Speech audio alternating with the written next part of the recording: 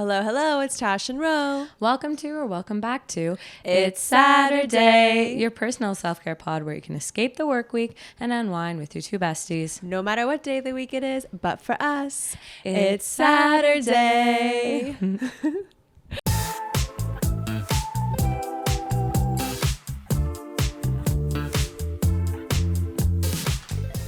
Okay, let's get into it. We are here with Tasia Bryski, who is a registered psychotherapist here in Ottawa.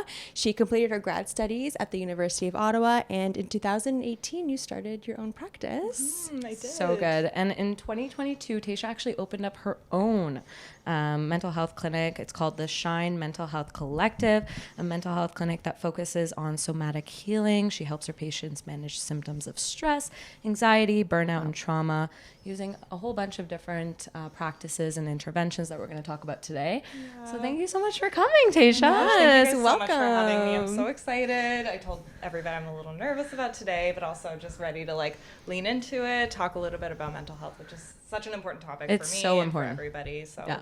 I'm really excited. Yay. I love that. So tell us a bit about yourself. This is actually our first time meeting you in person as well. Where did you grow up? What did you take in school? Give us the little background story. Yeah. So I'm actually a military child. So my dad was in the Air Force. So we grew up moving around a lot. So we kind of bopped around a lot of Ontario, lived in BC. We lived in Europe for a while, which was a lot of fun. Oh. Wow. So from a pretty early age, I was exposed to a lot of change and a lot of having to adapt. Be adaptable, of course. And starting new schools, meeting new friends and things like that. Okay. So landed in Ottawa when I was in high school. So moved here in Orleans and finished high school, and then very much immediately decided I'm going to stay here. I'm done changing. I'm done moving around. Set some roots. Ottawa's a great place for that too. It really is. We always say that. We're underrated. Ottawa. Ottawa is underrated. It is. I completely agree. I think the culture is here, and once you kind of find your people, it's just a really, really sweet community in Ottawa, and it's a chill city. It's a small town vibes, right? But you get enough of a city in the feel, city, so. And you're close enough to big cities too. Montreal's a hop and a skip. Toronto, a little bit of a drive, but it's right there for the weekend if you want to experience that for sure. Yeah. So what made you choose a career in psychology though? Because I am in health sciences and research, and I think there's a lot of overlap, obviously, with we have to tell her about the mic, guys, because otherwise you're not going to hear how important what she's saying. But what made you choose psychology, and did you know that you wanted to do this from a young age, or was it something that maybe you picked up on once you started your studies? I love this question because I have a bit of a wraparound story to get to where I became or where I am now, I should Tell say. us. So I actually have a degree in French literature of all things. Whoa! Yeah, which is super funny. Wow, Monsieur. I know, which is super exotic and really fun. Wow. But the gist of it is I grew up wanting to be a teacher, and I grew up being told that I was good with people and all that kind of stuff, and good with kids, and you should be a teacher, blah blah blah. And in high school, I think I kind of really landed in books and reading and literature and stuff like that. That's always been a huge passion of mine, and I don't necessarily consider myself an artist, but I am a writer. I love writing, and writing is kind of a big sort of passion of mine. Yeah. Kind of an art. Well, you have your own blog creative. too, right? Yeah. Sort of. It's an on and off kind of thing. Still, you are a writer. Writing has always kind of been my passion. And so I started in literature, wanted to become a French teacher, and went into teachers college and realized very quickly, I'm this is not for me. I definitely don't, I just didn't necessarily gel with I guess that environment. Well, good for you for being no, never mind. I'm going to try something different. Because I feel a lot of people would be oh, I'm already here. I might as well just do it. And, I might as well keep going. Yeah. So good for you for realizing that's not for you and pursuing something else. Yeah, thank you. Yeah. It was definitely a big, it was a big transition. I think a big shock when I kind of landed in teachers college, and I was oh no. And I just kind of leaned into, I guess, my passion for mental health, especially having gone through my own mental health struggles and things like that throughout university. And I guess some of the kind of more common things that young women experience around food, body image, anxiety, stuff like that. So I think all of that sort of came together, and then I was way more concerned with why my students were super stressed out and anxious than I was about their curriculum and their test exams and their results and things like that. Okay. So I was maybe this is a sign. So I kind of went back, did a couple of credits in psychology, and then got accepted into my master's. And that's how the psychology, I guess, took off. Oh my gosh, that's such a good story. And it's really good for people listening. Like, it's never too late to change your path. It's never too late. Because I know so many people later in their life, they're like, you know what? I don't like what I do, and they change with their careers. And I think it's important to talk about more. And 100%. I agree. No matter what age. Exactly. Like, I think I was like 23, 24 when I made the pivot, or 22, 23, give or take. But like, you know, I went to my master's with women who were in their 30s, 40s, 50s, doing these major career changes. And I was like, yeah, this is so rad and more of what we need in our culture. Yeah. I love just to kind of like think twice about what you want to do and stuff. And it's forever. Like, you know, even those like 5-10 years that you spent doing school, like it's forever that you're doing that career. So you really have to think. You want to love it. Yeah, you really do. So after you graduated from your master's, like, can you walk us through that and then opening your private practice? Yes, absolutely. Yeah. So I dove into private practice right away. I feel like that's mostly like common, right? To open your, like, that's what the go-to thing I think to do a lot is. of people do. Private practice can be a bit of a scary realm because you're kind of doing it your own. Yeah, and, like, figuring out your own accounting, your loss, your liability, and all that kind of stuff. Okay. But definitely a lot more rewarding in ways. You know, community counseling in hospital settings and things like that can also be really incredible.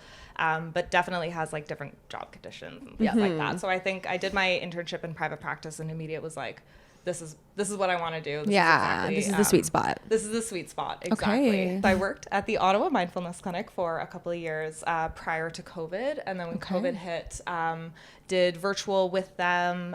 They have since retired, the psychologist from that clinic. And I worked also at the Ottawa South Resiliency Clinic for a few years as well. So kind of owned my own practice and worked kind of under the umbrella of different clinics at the same time as I guess was like getting my hours and things like that. Okay.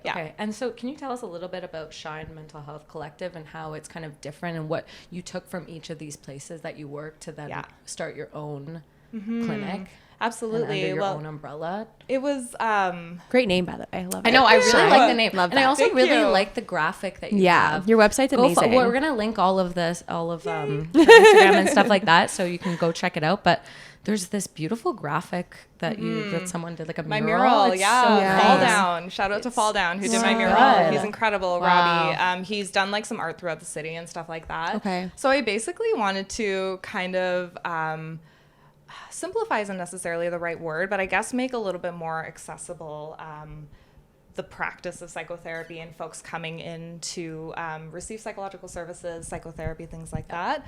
The other clinics I worked at were really incredible, really non-judgmental places. But I think I kind of wanted to take a little bit more of a modern approach to psychotherapy in that, like, you know, when people come in, they can just kind of feel like they can just totally be themselves, removing some of the clinical elements of it, like less of a hospital feel and more of like homey vibes. Homey vibes and kind of catering a little bit more to that. And again, you know, the other clinics I worked with were really incredible at cultivating a very safe and warm space.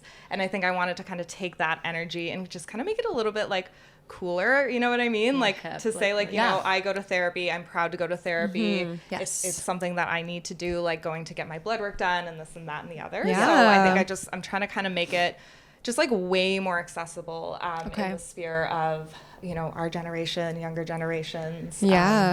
And generations follow as well. Wow. And what kind of services do you offer at Shine? So we offer primarily psychotherapy, which is just the treatment for psychological concerns. So you show up with like, you know, your problems, your issues, your symptoms, whatever it is. We sit down, we do an intake, and we say, okay, like, you know, what do you need in order to heal? We would kind of look at like kind of co-creating a treatment plan, which means like in conjunction with, you know, you as my client, and say, okay, you know, what's working for you right now? What can we modify, remove, tweak, so on and so forth. Okay, cool. And then obviously, likely since COVID, you now offer virtual and in person, or so what do you find are like the advantages and disadvantages? How has that kind of changed your approach to doing therapy? Which one do you prefer? So many questions about that. COVID probably really changed that whole space, I right? think COVID just changed the mental health game, like in general. It was really radical. I think COVID just kind of brought to light a lot of the kind of more, I guess, deeper mental health concerns that a lot of people had been maybe pushing down for some time. They had no choice but to face them. Yeah, we had nothing else to do. You had nothing to do but like sit at home with your thoughts. Like you can your spooky thoughts. Absolutely, your spooky thoughts. Like it's actually, it was really wild. Just like, and I think just the unpredictability of the world, you know, the world being like, I don't know if the world's ever been a super, super safe place, but like just like a little more stable, a bit more predictable. And then next thing you know, it's like unprecedented times. Literally. Like that word was used. So much. Well, it shook up a lot of people. And I think, it, you know, as I mentioned, it like really brought to light a lot of concerns, you know, within relationships, within ourselves, friendships, jobs, things like that. So I think a lot of people were like, okay, now this is really important for me to let me talk to address. someone. Yeah. So was virtual therapy always a thing, or did it really like go up when COVID came? So it was. I actually I did, I think probably 1 or 2 virtual sessions once upon a time. Prior to COVID, I really didn't do too much of it. It was more of like, hey, it's a snowstorm, but like we really need to talk or something like that. Like let's like FaceTime or use Zoom or whatever. I think I used Skype. Or if I had the therapist that I had a really like good relationship with, but then I moved somewhere else and I wanted to keep that, you know, relationship with them, I'd be like, no, we got to Skype because I don't want to see anyone else, you know? That's happened to colleagues of mine where like, you know, they're relocating or something like that. And they just kind of wanted to keep their client roster. But prior to COVID, it wasn't super, super common, I would say. Do you find it's harder to connect with people virtually though and kind of break those barriers? Sometimes I find like you're having these Zoom calls and you're like, even just at work, and it's hard to just break the ice a little bit and be like having that small talk that you would have like in a real room. You know? I feel like body language is key too, and you can only see like so much. Like you don't see like my foot tapping, or you don't see me like fidgeting with my nails. So I feel like body language is important too in those kinds of sessions. It is. So it definitely like it changed it up a bit with virtual therapy. I think one thing that I've always really tried to emphasize as a therapist is just being as myself as I can be, right? And with that, I find that the energy can be really sort of matched by my clients. So if I can show up and just kind of be a human being and kind of say like, yeah, this is really difficult for me too, and I completely understand. You know, a common thing I like to say in intake sessions is like, you know, I always get really nervous meeting new people. Like I'm getting sweaty myself. Like just as I entered into your home, I was like, I'm getting really sweaty right now. Like it's 28 degrees and it's October. Well, that's also a thing. That is not normal, right? But I find just that level of vulnerability and humanity instantly just kind of helps people feel a bit more at ease. Like I'm not a robot. I'm just a person too. I'm also might be having a bad day. I'm not an old man with a clipboard. Like I'm just here to like, you know, I just kind of want to reach you. And I find with that energy, it's often matched by my clients. So yes, virtual definitely poses certain barriers. I find for maybe some more of the energetic work, some of the kind of deeper healing, though it's not impossible and it doesn't remove anything completely. It's also really accessible for a lot of folks who really may not otherwise have access to psychotherapy because of maybe some like mobility issues or, you know, maybe some agoraphobia, stigma, things like that. Like that's it's a really good like, point. It's safe to do in your own home. It's easy to do in your own home. You know, I can do it from your phone. Who couldn't, you can do it from your phone. Like I had teenagers who would sit in their car in their garage and they'd be like, hey Tasia, and I'm like, hey buddy, how's your day? Like how are you? And it was just so much easier because they didn't have to ask mom and dad for a ride. And especially if that's where some of the issues are, like it's super accessible. Oh my gosh. I prefer in person. I think in person is like conducive to a lot of healing, and I think it's really amazing for folks to, you know, get out and get out of the house and things like that. But accessibility is like it's my like top priority as a therapist. And what would you say are some like common like misconceptions about psychotherapy that you've come across, and how do you address those misconceptions through kind of your practice and what you do? That's such a good question. I think one of the biggest misconceptions is that somehow we're going to come out completely free of symptoms, right? And that we're just going to be completely cured. stress-free and cured, quote and that's unquote. not necessarily the case. In fact, I really like to tell people a lot that like, you know, if you're feeling stress, that's actually a really important, powerful emotion to feel. And we really have to learn, what is that stress trying to teach you? What's it trying to inform you?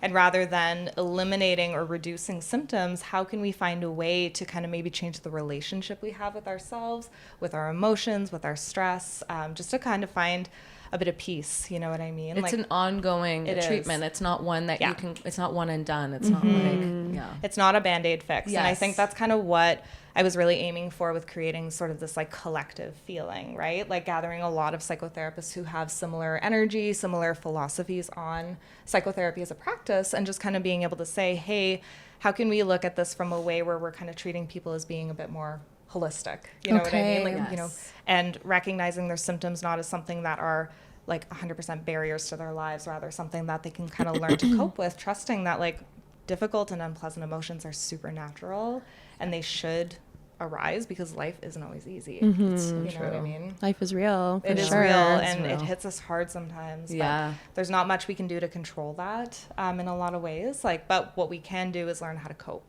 And how to manage your emotions and deal with it. Exactly, yeah. That's really good.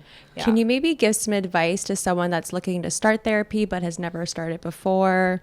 Maybe like steps or just suggestions on where to even start. I feel like that's kind of the hardest part, at least for when I was my first time ever trying to like go into therapy. I'm like, where do I look? Where do I start? Like, do I ask people? Like, is there a website I can go to? Like, I didn't really know what to do. So true. Yeah, that's such a good question. I first and foremost always tell people like date your therapist, which I know sounds super weird. That's so but, funny. Like, yeah, But it's so not one and done. It's not like you're not. going to meet the first No. therapist you meet. You're going to be like, I love them. No. That's it. No. You know? And if that's the case, Yeah, that's amazing, great. good for you. Yeah. But that does not happen super often. You know No. what I mean? So like most therapists, and I would say probably like 99% of us, particularly in Ottawa, we offer like a free 15-minute consultation. Yes. So if you are looking for a therapist, I'd recommend booking like 2 or 3 of those just to kind Okay. of get started, get a feel for their personality, and start to gather some important questions. Like, have you ever treated somebody with XYZ, right? Like if I was struggling with, say, like let's say body dysmorphia and like certain disordered eating patterns, then I would ask that therapist, hey, have you ever treated people with eating disorders? You know, what does that look like for you? Kind of interview them. Exactly. Yeah. Don't be afraid to do that. Yeah. Come in with Okay. some questions, right? Like, because if they don't meet your energy and if they can't meet your needs, then you're just wasting your money. Like, it's not Okay. necessarily, you might learn some skills and some tips and tricks and stuff like that. But I find like having that good relationship with your therapist where you feel safe, you feel secure, you feel as though you're not going to be judged. Like that is like, that's where a lot of the healing happens. And I remember Yeah. we had Leah, one of the other guests we had on this podcast, and she talked about how one of the things that really helped her was having some like common identity like factors with the therapist. So whether that's Yeah. like they were Chinese or they had like family trauma or they experienced something Yeah. she experienced or they were similar ages. Yeah, like, or just having gender. that kind of like similarity Yes. Yep. versus like talking like if I'm like a female and I'm a minority, like talking to like a white man, maybe not, might not be a 100%. good It might fit. not be the vibe. You know what I mean? Yeah. Like I need to have someone who understands what I'm going through, Yes. whether that's like Yeah. school related, whether that's like Yeah. my identity, whatever. Well, that cultural element, you know, Exactly. the idea of gender, like yeah. sexual orientation and things like that. I do find when you can really find a couple of elements, it doesn't need to be everything, Yes. right? Yeah. But like, you know, culture, age range-ish can Yeah. be really helpful as well. Yep. Gender orientation. Yeah, I really wanted a female therapist because I just yeah. felt like men don't understand when I'm having my period and how my hormones are raging. Like, I Yeah, just for don't real. get it. I You need don't like get I it. need Can't I need, relate. No, need that's someone too that has real. gone through that. Like, I just do. 100%. For me, that's what matters for me is I need a woman. Yeah, absolutely. And I think one that you can kind of like gel pretty well with, you can vibe with. Yeah. There's an amazing tool called Psychology Today, and I recommend everybody just go. You guys can plug it in Yes. your show Yeah, we will. notes. So on Psychology Today, there's a whole bunch of different sort of What are they? Filters? filters. Yeah. Yes, thank you. Yeah. Yeah. Filters where you can go on and be like, I'm looking for, you know, male, female, Yes. you know, member of the BIPOC community, LGBTQ community and whatnot. So like you can actually cool. filter that out.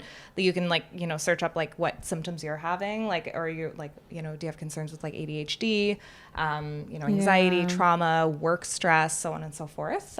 So you can kind of filter all that out and you'll have this huge repertoire of therapists and then just start firing away some messages. Wow. Yeah. See, that's Love such that. good advice. Yeah. I love that. It's Yeah, amazing. It's that's super super easy. helpful. It's free. Yeah. It's like Okay. a therapist Facebook almost. Yeah. in a Okay. way. I love that. Yeah.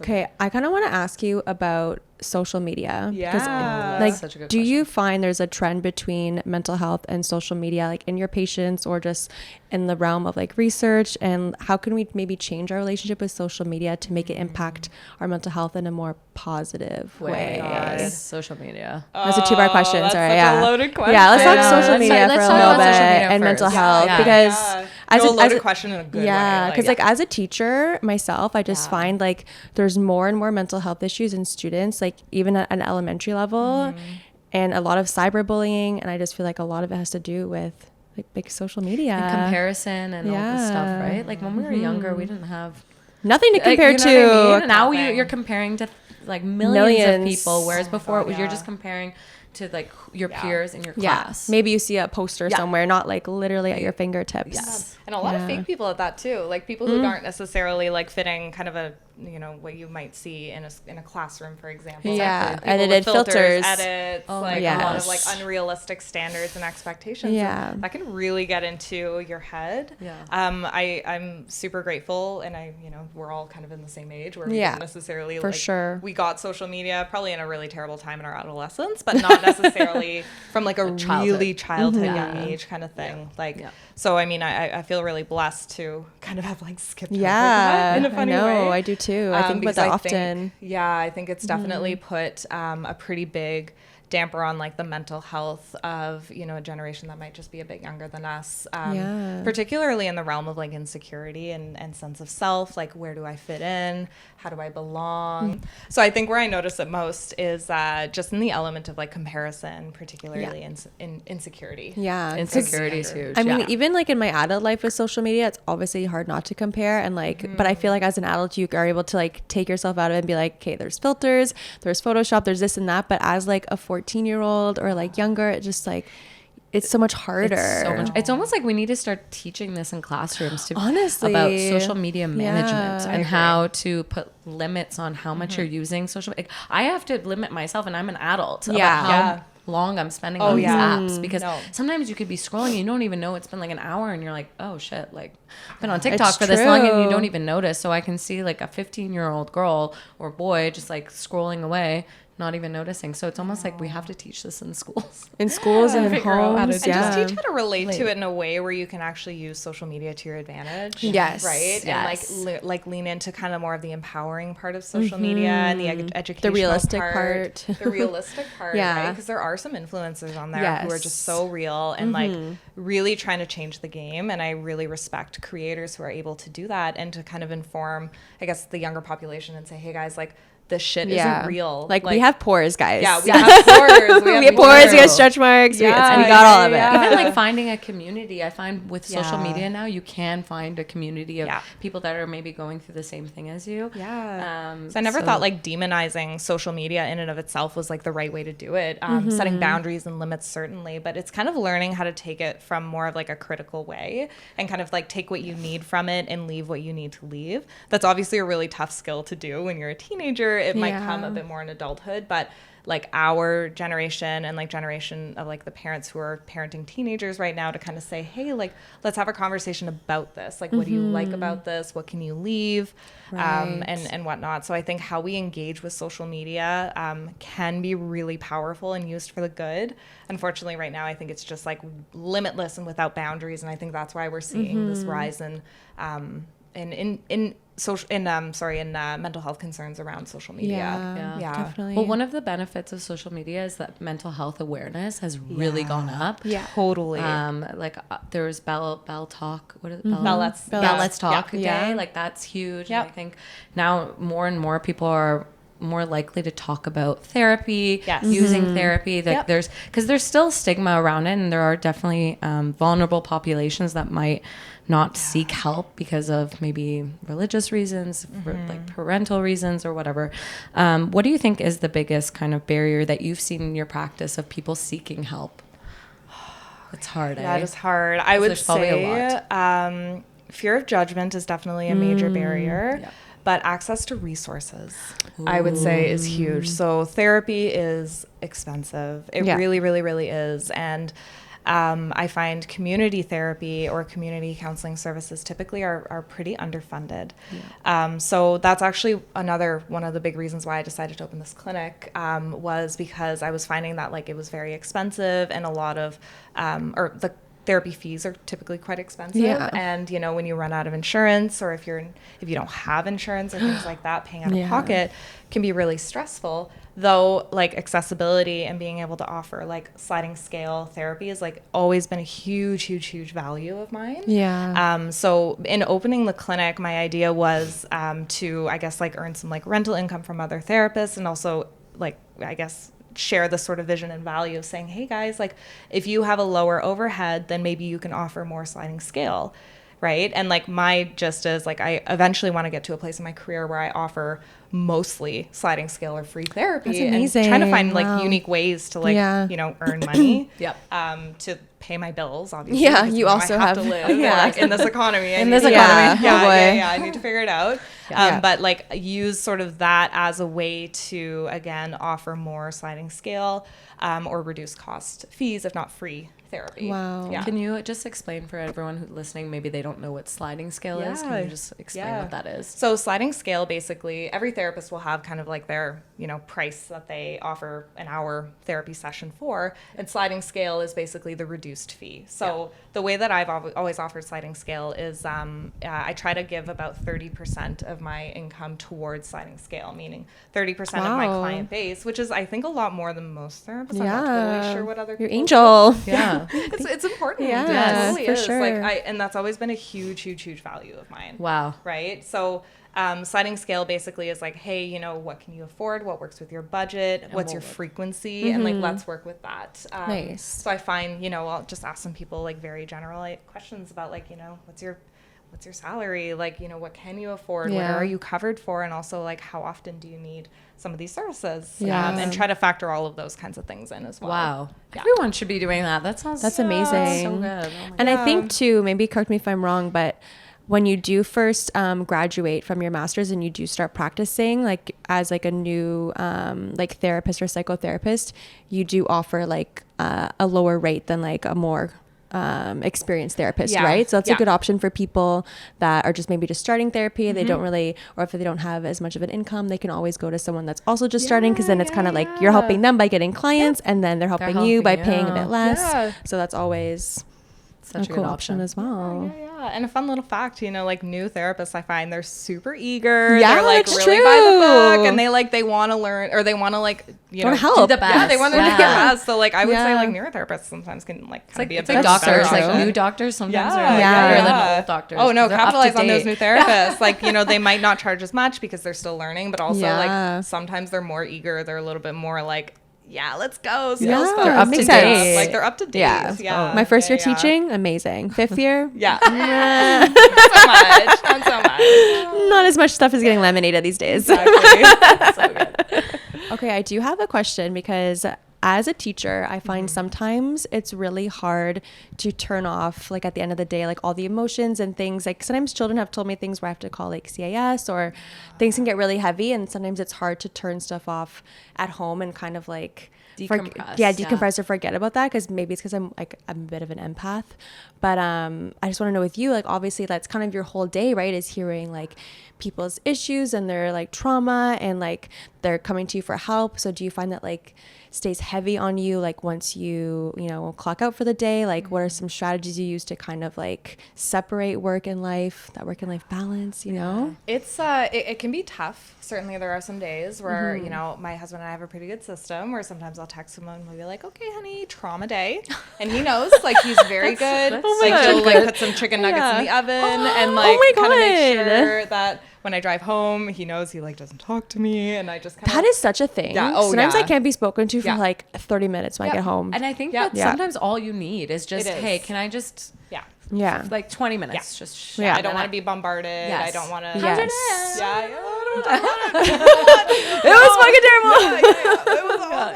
Where are the chicken nuggets? Literally give me those chicken nuggets right now.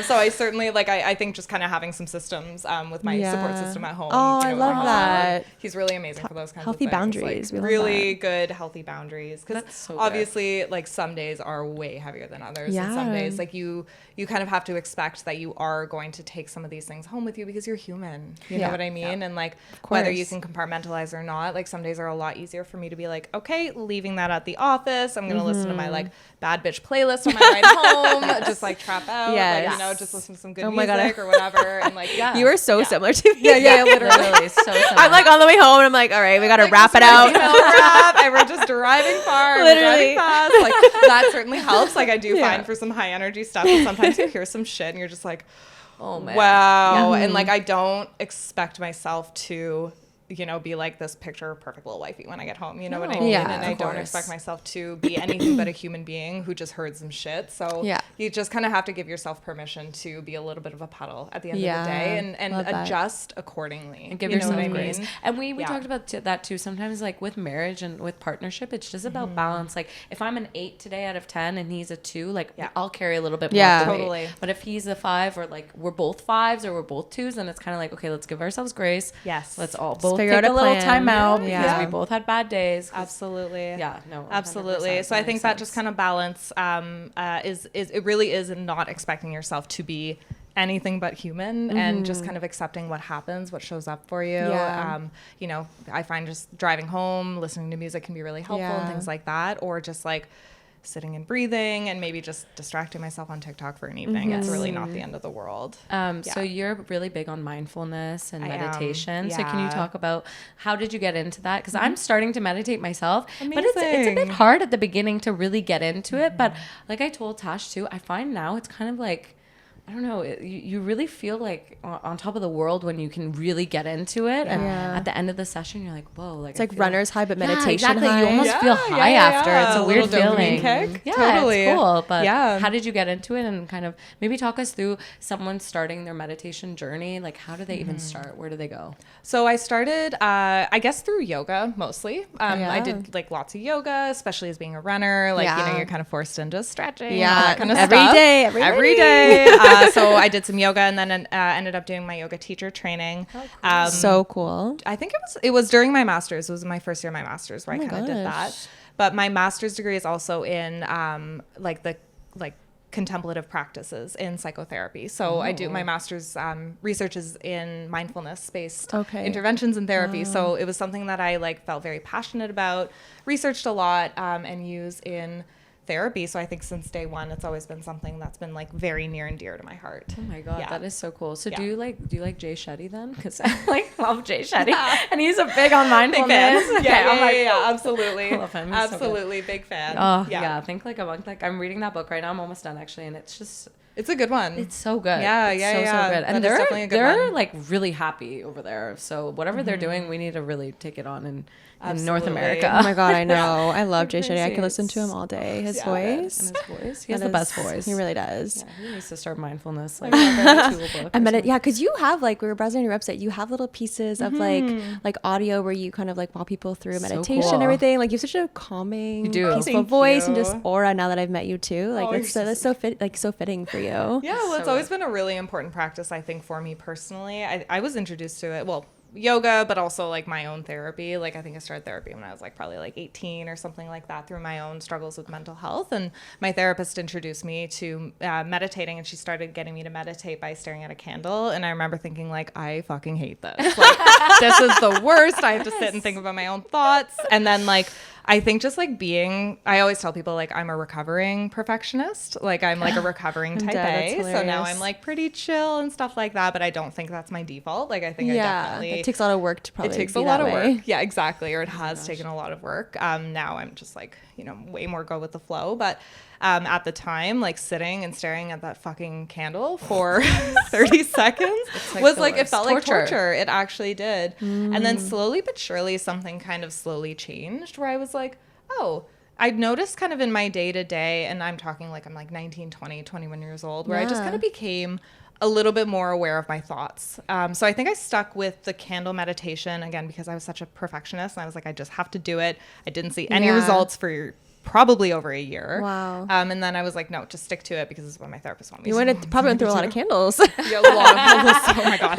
You have no idea. Body Works. So many candles. Like I was like, all my money, Bath and Body Works, baby. Like it was, I probably reeked of like French vanilla for years. Oh my God. But I remember just sticking with it. And eventually you kind of notice this sort of sense of like awareness. Yeah. And it's not necessarily more calm. It's more awareness of whatever is present. So if you're feeling anxious, you're aware of the fact that you're anxious.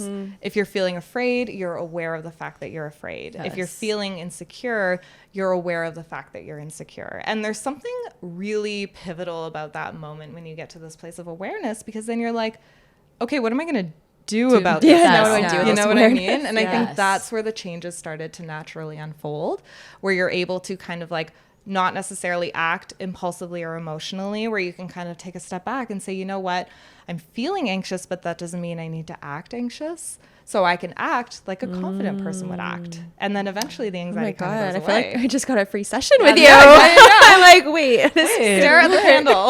Stare at the fucking candle. work. Oh my I love gosh, Yeah. that's so good. And I think like through that transformation, that's when I was like, okay, there's actually like some benefit to this. And then I Yeah. started doing like my own research and kind of geeking out on this kind of stuff. And I think that's when I like dove right into it. So I do use a lot of like mindfulness and meditation in my sessions. Because people always say like, were you just like you work out your bodies and your body muscles, like you have to work out your mind muscle do. to be able to like turn off certain thoughts or Yeah. like, you know, let the thoughts flow, but not Yeah. be stagnant on one. Because that's sometimes my issue is like, I'll be like sticking to one thing and I'm like, okay, I just need to forget about this and move on with my day. But sometimes it's difficult. So I find mindfulness helps with the flow of like, It does. Because it's not necessarily about like eliminating these thoughts Yeah. or changing them or anything like that. It's just about becoming aware of them and your relationship to them. And you can kind of say, okay, I notice that I'm ruminating, and see if you can shift that awareness, whether like back to your breath or acknowledging, okay, I'm ruminating and now I'm bringing my attention to a book I'm reading, or I'm going to bring my attention to something that I can do that might benefit me in this moment or that might Yes. meet my needs in this moment. wow. Yeah, love so that. it's a really powerful shift that occurs when you have that awareness, but awareness is probably the hardest part to teach. That Yeah. self-awareness piece. And then once you kind of get that, it gives you a lot of space, because mindfulness is basically the awareness of whatever's present in this moment, whether it's pleasant or whether it's unpleasant. And when you have the ability to sit with discomfort and sit with things that aren't necessarily super pleasant, you have this sort of capacity for compassion for yourself, compassion for others, and you can kind of act in a way that's a bit more congruent with your values, rather than acting impulsively or recklessly, or trying to like stuff these emotions or compartmentalize or things like that. Based on your emotions. Yeah, based on your emotions. That's so cool. Yeah, it's hard. I do feel like we're in therapy right No, now. I do Like, too. I'm like, oh my gosh. like, I want to write this down. Yeah, I'm taking some notes over Whoever's here. listening, like, get a notebook. And if you're really anxious and Yeah. like you are ruminating a lot, like pausing and kind of noticing, okay, how's this feeling in my body right now? Yeah. Right. So if you're ruminating, typically you're not feeling so great. You're not feeling super calm. You're probably feeling quite anxious. So with that awareness of how it's showing up in your body, you can then take that pause, take a few deep breaths, and just notice how those thoughts in and of themselves start to change, because the state of being changes as well. So I think that's also the really cool piece of mindfulness and meditation, is the fact that like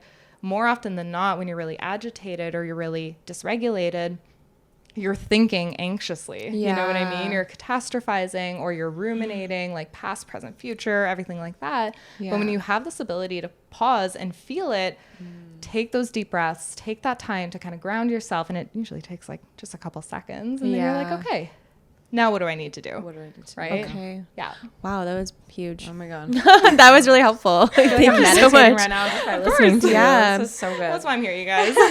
so good. So I know that you used to love the candle for meditation and everything, but are there any other tools or like apps that you would recommend for someone to use to like get Yeah. started with meditation, or things that you like Yeah. to use as well? Absolutely. For someone maybe Well, starting? some apps like Headspace, Calm, Yes. Insight Timer are kind of the more of the popular ones. But I always tell people, like, go on TikTok too. Like, go Yeah? on TikTok, find some Oh. little like mindfulness meditation teachers that you like, click the follow button, and just kind of like follow what they do as well. Like, there's a lot of mindfulness and meditation teachers on the app. I need that on my algorithm. Yeah, It's yeah, not yeah, there yeah. yet. Like, just start looking it up, and then they'll just be like, okay, 5 seconds to breathe, and all you have to do is just kind of save some of those videos and breathe with them, things like that. Wow. See, Yeah. social media can be beneficial. I was just It thinking can that. be. It can be. Let's use this to our advantage. Totally. Honestly. Are there Yeah, any yeah. like influencers like that you can speak of or two that you really like in that space? Yes, but I can't think of anything. No, right that's now. okay. I'll give you a list. Yeah, after. Yeah, we I can do. get a list. Perfect. Just Tell so I can about follow you, as them. I was saying. Yeah, just gonna ask. Whenever someone asks me, like, what's your favorite song? I can't think of a I single know, song. I'm literally. always like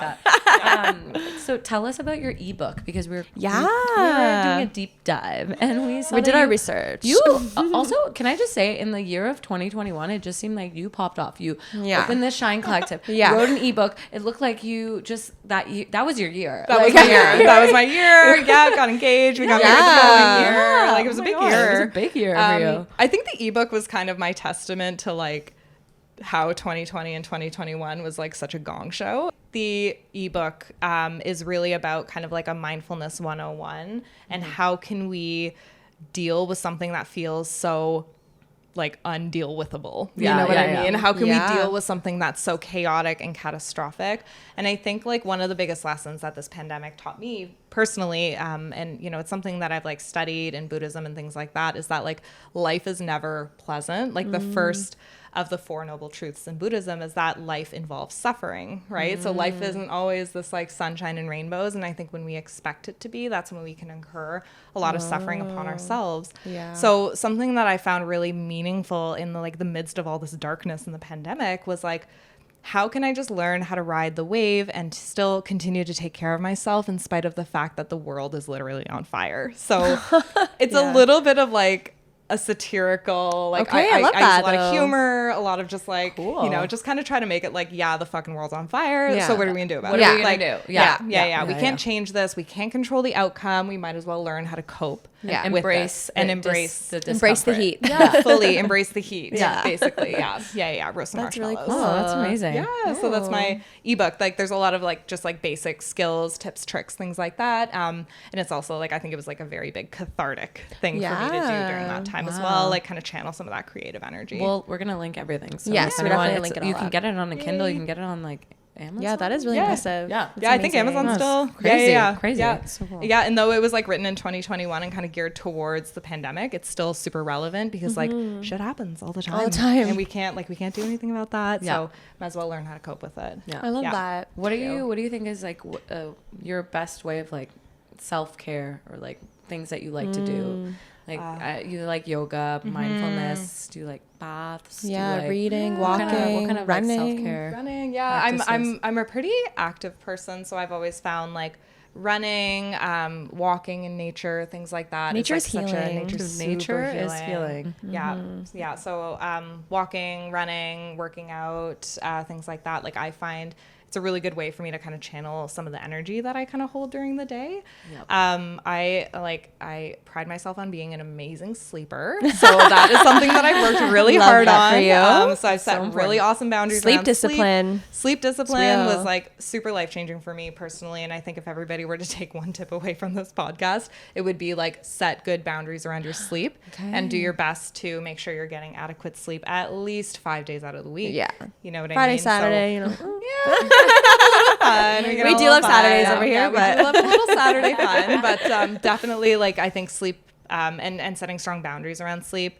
And then just like, you know, hanging out with some friends, family, things like that. Oh, like, that's nice. yeah, I I'm love not like a that. big like bubble bath self-care kind of person. Yeah. Like Okay, you yeah. know, that works super, super well for some people. And I think for me, it's just like taking time to decompress, spending time, you know, with my husband, with my friends, and living like a pretty active lifestyle. I think that's like a Nice. big important part for me to move some of the energy, you know? Yeah. Yeah. Speaking of your active lifestyle, and when we were doing our research on your Instagram, we did notice, and if you don't want to talk about it, it's No, it's okay. okay, yeah. But we did notice that you did have a pretty severe accident and injury. I did. In how long ago was it now? It was 2019. 2019. So right before COVID hit, actually. It was pretty wild. I was like chilling at a spa, relaxing, and I was on a hammock, and the hammock actually ended up breaking. So I basically landed like spine to rock. Yeah, it was. How high was the spine to rock? Yeah. Not Oh even my ground God. to Yeah, rock. yeah. No. Why is there a like, hammock over a rock? First of all, yeah. that's Oh my number one question. red flag. Big red flag. Yeah. Yeah. Oh my god. Yeah. So it was pretty wild. I sustained a pretty bad, I guess a lot of like spinal damage. Super, super lucky to be walking. Wow. So I got like incredibly lucky. I had some microfractures to my low back, and they said that like, I think had the hammock been like maybe a foot or two higher, it may have been like some permanent damage and stuff like that. So I got super lucky in that sense. I still have some like nerve pain and some pain with certain like mobility issues and things like that. But overall, I'm like healing really, really, really well. Wow. I think also having, funny enough, I think during COVID, having the space and some more time. The timing for that was kind of... It was weird. Yeah. It was weirdly Time to, like, serendipitous. Personally, I mean, I would have loved for that to have never happened to the world, yes, but like of course. weirdly serendipitous for me in my life, where I was able to kind of like really learn how to slow things down. Yeah. The timing of the world kind of matched that really well as well. So I was able to take a lot of time for my own personal rehab. You know, I did like chiropractor, physio, seeing a physiatrist regularly as well, which is a Yeah, I'm like, what's a physiatrist? a physiatrist. I know. I had Is that a real word? Yeah. Oh, yeah. They work at the rehab center. So I was like in and out of the Ottawa Hospital Rehab Center for a bit. Wow. And working with them in terms of like, they work with like your, like, I'm not really sure, like nerves and all that kind of stuff. Yeah. Which I Spine. probably knew. Yeah. He's a great guy. Yeah. That's awesome. Shout out. Yeah, literally. Yeah. So I get some cortisone injections in my spine as well to kind of help with some of the pain. So yeah, just like a lot of like really deep dive into healing. And like, I think that was also something that I kind of needed to experience in a weird wraparound kind of way, where it taught me the importance of slowing down. Yeah. The importance of connecting with my body, which was hugely healing during that time, and listening to the early warning signs of pain and discomfort, and like, when do I need to intervene and when do I need to push myself? Yep. Okay. And finding that balance, I find, has helped me just like as a human being super deeply, but also like as a therapist as well. And just in terms of like kind of the mind body connection and all that stuff, like, And really healed. knowing the personality that you are now, you're so active. It must have been really hard for you to be like, Yeah. no, I can't be active right now. I need to rest because my body's healing. Like, You're honestly, bad with that too. You're like a very probably- go person. Yeah. And sometimes I'm like, stop working out. Yeah, no, seriously, like it was, I think it like, it pushed me to really heal the relationship I had with my body, and how maybe before I was using exercise maybe as a form of control, as a form of escapism, and now like kind of having to like having to be forced to take that step back and say, no, I need to pay attention to what my body needs right now, because that pain, like that trumped everything at that point. And now it's really about like, okay, I can exercise and I can do all these wonderful things, but I still have to do that within limits, and whatnot. So redefining my relationship with my body was probably the most healing I think I've ever done. Unfortunately, it took me breaking my back to do that, but I think that that's something that may have come my way eventually, but I think it really like kind of kick-started that healing. That's so admirable. If you wrote a book about your experience, I would read it. No, Because that honestly. is wild. That's Yeah, crazy. I'd like to one day, I think. Yeah, because I would like to. there's probably so many inspiring. people listening that even Yeah. like hurt themselves. It could be even a minor injury, and sometimes it really takes a toll on you. Like It having to be does. bedridden and not being able to work out. Like I know, for Yeah. us, like working out is our therapy. literally- Sometimes it's a No, way it of- fully is. Yeah. Yeah. And, just prior to my injury, like I was a really competitive athlete. I ran track, triathlons, like I did all that kind of jazz. And like, it my was gosh, like huge. triathlons. Oh yeah. Wow. A huge part of my Crazy. identity. So having to kind of like rub up against sort of an identity crisis at Yeah. that age too was like, that was pretty wild. So how long was it from injury until you sort of felt like you were back to a normal Walking. routine, like walking and running? When it happened, I was in the hospital for about 3 weeks, like no movement, no nothing. I was in the wheelchair for probably like 4 to 6 months, give or take. Then you realize how like inaccessible like a Yeah, lot of everything the is. that world was a big, is. like accessibility push for me too, where I was like, okay, the world is actually not really set up for folks with disabilities or who have any kind of physical ailments or impairments and things like that. So that was a big eye opener. And then I started walking. Probably around the time COVID hit, I was able to kind of walk around the neighborhood. I had a little walker, like, so I had this like, and I was really like, it was real cute. And then my little walker at the grocery store, my mask You're like and to your husband, everything. "You like this?" I know. I was like, is this Later good on. for you, honey? Later on. We're training. And then I just like swapped that out very quickly. I think just for personal shame and embarrassment. I just used like crutches and stuff like that, even though they weren't like super good for probably physics and stuff like Yeah. that. I was like, okay, I'm just going to do this because this looks better. But that was aesthetic. my own vanity. But so I would say probably about a year before I was like walking semi-normally. Wow. And then a year after that, when I started kind of working out ish, and I say ish like very loosely, like we got a little Peloton, and like I was doing like 10-minute rides and then like 5-minute strength, and I'd be like, okay, that's gonna have to be enough for today. Yeah. And then kind of built on that for a while, and so it's been over 4 years now, and now I'm like almost pretty much to where I was before. Okay, I'm that's not running huge. as long as I used to be able to, or as fast, which like I have to just accept Oh that my one. gosh, yeah. because I used to be real fast, now I'm slow. You're probably still very fast, I would say. I Yeah. feel like. Yeah. Still being I have really I have the build for it. Like I can definitely give her, but like not like where I was, which is completely That's okay. fine, and strength wise too. But like I'm so much happier, and I'm like so much more content with my body's ability to move. And like honestly, I found like there was like such a gift in our movement and our mobility and whatnot, and like being able to connect with that gift was I don't get emotional, but like it was like I know it was like it was such a blessing in disguise. And I think like, you know, I when I go to the gym in the morning, I'm like so happy to be You're there. so grateful. Yeah. You get to go. You don't have to go. see the world in a new light. Absolutely. It's just crazy. It really is. It really is. And Honestly, even just me getting my like eye surgery, I just had my laser eye surgery, and I was Yeah. really blind before, like -6.5. Like I could, without my glasses, I could not see in the morning. Wow. Could not see. But it's just now I'm like, every second I look around, I'm like, oh my God, I couldn't see that before. Like even in the shower, I'm like, I can see the letters like on the bottle, like I can read. But it's just That's you true. honestly It's a don't whole new know what you world. have Yeah, until yeah, it's either yeah. gone or it's given to you, and you're just like, we're like, what? Yeah. 100%. true. Yeah. So it was really like, I don't know. It's just like, and that feeling still resonates so strongly. I hope that never dies. I don't think it will. Like, no, it's just this, I don't think it will for you. enthusiasm, And I sharing don't your know. story is just so inspiring for other people too. So 100%. like share Yeah. that story. That's amazing. That's such a good story, honestly. Yeah, like guys. I'm inspired. It's a long, Yeah. long time coming, and not every day is easy, of course. But you know, I was like very well surrounded by like an amazing husband who I love to death, and like some amazing friends who were super supportive to this day, and like you know, just like it really speaks to kind of like it takes a village.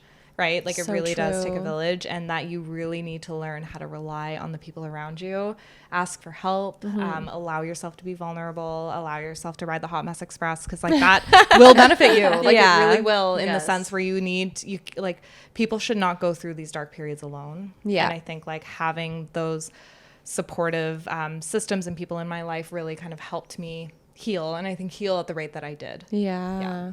Oh my gosh. That's amazing. I'm so inspired. So do you, when you, I just have a personal question. When you're talking to your patients and your clients, like how much do you open up about yourself, and where do you kind of draw the line to say, wait, this is not about me, but you do want to Personal experience or Exactly. just, like, for examples, example, I like that guess? would be really helpful, I think, for someone who's struggling To heal or about their body image or something. That story is really, really helpful. But do you Like, tell are you- it, or do you kind of, I don't know, how do you draw the line? Like, so I actually don't talk about my back injury too much in therapy, funny enough. It's, I actually did have some clients who I still have from like before it happened. So some of them are in the know, which is like kind of cool. So yeah, no, I have like a handful of them. Like if anyone's watching this, you know who you are. So like a handful of them have kind of, I guess, like watched that journey, which was really cool, I think, for them in that experience and stuff. But I don't necessarily like hold back from opening up. It's just, you know, I try not to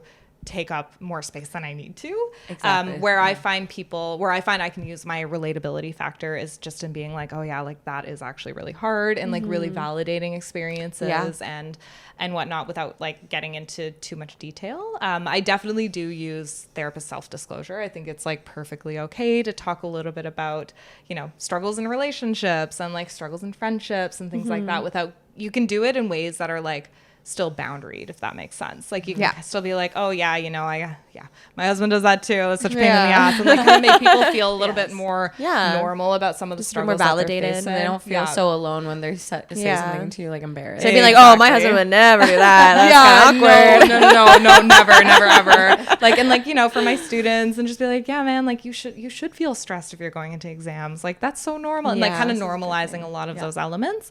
So I find like that's kind of how I use my self-disclosure. You know, I don't want to take up any space in my client session. They're obviously paying to be there, and but I can, you know, you can weave it in ways that feel a little bit more organic. If that makes sense. That makes sense. Just to kind of make them feel normal and human, and like I'm a human before I'm a therapist, and like I always try to make that very abundantly obvious. Yeah. Okay, we're gonna jump into a segment we like to call this or that. Yay. So kind of just rapid fire questions. You pick one or the other. You can give us an explanation or not. Yeah, I like knowing why sometimes. I'm like, why did you pick that? Oh God, I feel like I have a story for everything. Yeah. So we'll be here till tomorrow. Perfect. Okay, we'll start with some basics. Yeah. Red or white wine? White. Yeah. I thought you were going to say neither vodka. Actually, neither vodka. Let me change my answer. Yeah. I think I'm allergic to red wine. So Me white too. for sure. Yeah. The same. Are you literally the same person? Yeah, literally. I think we are. You guys are very similar. We're vibing. Let's go for a run. And then for some white wine. We're just going to leave after this episode, guys. I'm just going to be here like, hello? Actually took her over as her new best friend. I'm so sorry. Next episode is just going to be Tesia and Tash. Tash and Tash. That sounds so good. Oh my God, guys. Bye. Okay, Guys, so sorry. I'm getting replaced. Oh my gosh. Ooh, tough place to learn that, eh? Jeans or sweats? Oh, sweats. Absolutely. I love. fucking hate jeans jeans. Yeah, jeans are the worst. It's Especially never at the long airport. enough. If you're wearing jeans at the airport, we always say that's a red flag. That's a red It's flag. actually like, it's like a diagnostic criteria for sociopathy.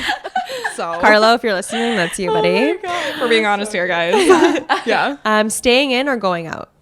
That's a hard one. Okay, so Sunday to Thursday, staying in. Yeah.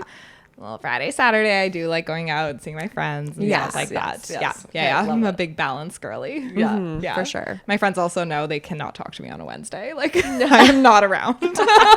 She's busy. She's busy. Unavailable. She's going to bed. Yeah. Going to sleep. It's like I'm wine not the Wednesday. They're like, friend. no. Yeah, I'm not the friend to call in case of emergency on a Tuesday. I'm so sorry, guys. Like, yeah. But Friday. Friday, let me tell you. Bail you out of jail real quick. Exactly. Okay, morning person or night owl? Can you guess? I feel Morning. like you're a morning person. Yeah, I'm a morning Yeah. person. You're Like, good guess. You Good guess. look like a morning I'm a morning person. person. So I I'm like, am. you're a morning person. I was actually I'm a surprised morning you guys too.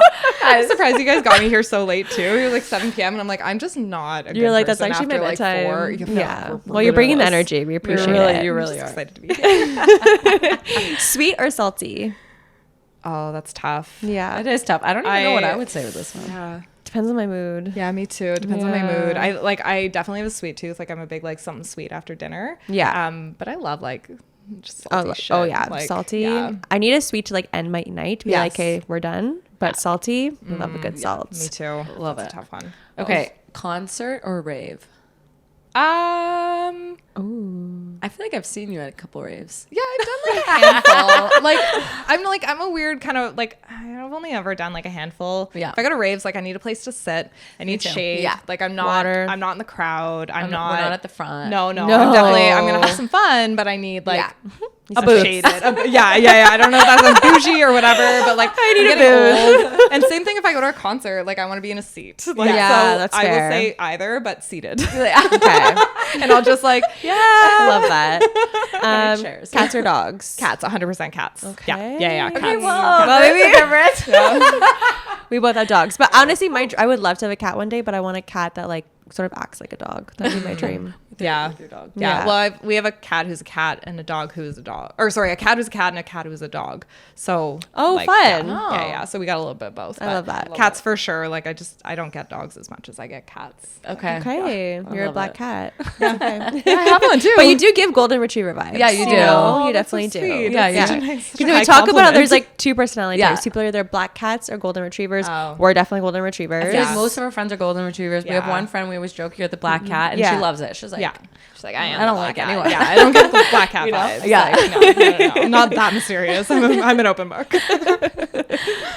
Pizza or burgers? Pizza. Oh, me too. Yeah, Pizza we for love sure. Pizza. Oh, I love a good sauce. Coffee or tea? Coffee. Oh, yes. Yeah, every hour of the day. What's People your who don't yeah. drink coffee, I'm like, there's something wrong my with them. future husband? I know. It's, Oh, no, he doesn't drink coffee. no, Wow. Matt doesn't drink coffee. He's probably had like 10 cups of coffee his whole life, and it's because I forced 9 of them down his throat. Like, I think I had like 10 today. yeah, no, That's excessive. He just I has do this not thing drink called that like much coffee. natural energy. It's like really weird. Oh, bizarre. It's like Maybe he should come see me in therapy. yeah, super weird. Natural energy? That's Wow. diagnostic criteria. Yeah, exactly. Weirdo. Weirdo. What's your go-to Starbucks order or coffee I'm order? an almond milk latte. Ooh, I love it. Definitely pumpkin in the pumpkin season. Like I'm like very festive. Tis the season. Tis the season. Or like a double shot espresso shaken on ice with like the brown sugar stuff. That's Romina's. Yeah, in the summer though, because in the winter I like something warm. Yeah, of course. Changes with the seasons. Okay, what about Halloween? Are you like a dress up or nah? Like screw it. You know what? I've had some pretty funny costumes in the past. I've done some like funny things, but I'm not like overly enthused about Halloween. I think it's fun. I think it's fun. It's cool. But I hate it up until like it happens. Like I'm like, oh, Halloween. Like it's a chore. Yeah. It feels you like always a chore. kill Halloween. I know, but because Halloween. it's a chore. Yeah. Fair. Like, oh my god, Halloween again. I don't want to spend money. Like I don't want to spend money on a Halloween costume. Yeah. Then I'm never gonna wear. Like if I can reuse it, sure. But you can like craft it. Yeah. It's true. Yeah. What about yoga or strength training? So I think like 5 years ago I would have said yoga, and now strength training. Okay. Yeah. Nice. Strength training was like huge for just like recovering from my back injury and stuff like that. So now I love to lift weights. It's really fun. Amazing.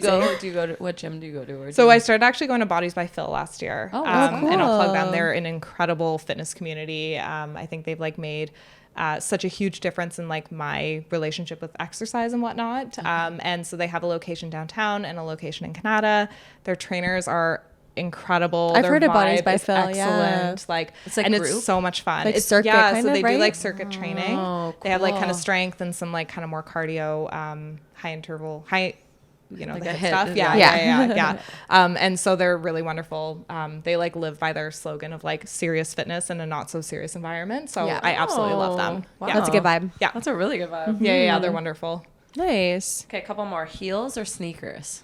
Sneakers. Yeah. Yeah, I'm like 5'11". Yeah. He showed up in a little bit of a heel. I was like, yeah. Okay. Let's do one more. One more. Summer or winter? Okay, so I Do you ski or snowboard? I do. Yeah, I love one? skiing. Okay. I love cross country skiing. Yeah. I think I like winter a little bit more than summer. Interesting. Really Ooh, unpopular hot take. opinion. Yeah, especially for Ottawa winters. Yeah, and Ottawa summers I find can be brutal. I definitely true. love the social energy. I love being like outside with my Yeah. friends, like things like that. But like I don't do the heat very well. I think being a ginger and like super pale, like I just have like a really hard time in the sun and the heat. My body does not regulate that temperature Yeah. very well. So I like the winter. Yeah, And I've learned especially to, if like, you're really love skiing. it. Yeah. I don't like driving in the winter. Is probably my only gripe with it, obviously. But like, yeah, I think I'm trying to like be a little bit more team winter and kind of get more people on board. Like, Dude. Oh my winter, gosh. it's not so bad. Hot girls love winter. Honestly, winter. hot girls love Exactly. winter because Hot girls love winter. when Yeah. you like winter, like everything gets better. Like we got a It's husky true. just for that reason. We're like, well, like Yeah. winter. No, seriously. Yeah. You can Our be dogs. cozy. You gotta love Like, I just love that. I love like kind of going to bed earlier. Like, it's Yeah. like, you know, If you're sleepy at 8 o'clock, it's fine. It's dark out. don't ask me this question in February. I will probably give you a different answer. will It does revisit. get a little old. We can revisit, but I definitely like, you know, I like winter. Yes. Yeah, Oh my I do. gosh. I love it. Okay, Tasha, it was so amazing having you on the pod and getting to know you. Like, I I have feel to do like I've another known episode like in a few Yeah. months or something. You'll I have to feel like come I've on. known you for so long. Like, you're just so relatable and just intelligent and just charming and just so nice having you. It's God, so thank you nice having you. guys. This was really helpful. I think someone's going to take something away from this At episode. least one thing. At least one, if not. I took several. Yeah, I took notes. Yeah. Thank you so much for having me, you guys. This is really amazing. And like, if anybody had any questions, feel free to reach out on social media. And Yes, stuff we'll like link that. all of your stuff We'll plug everything. Yeah. in Yeah, the yeah, yeah. description. Check her out. She's You guys are the amazing. best. Thank you. Okay. Bye, thanks for listening. guys. Bye. See you.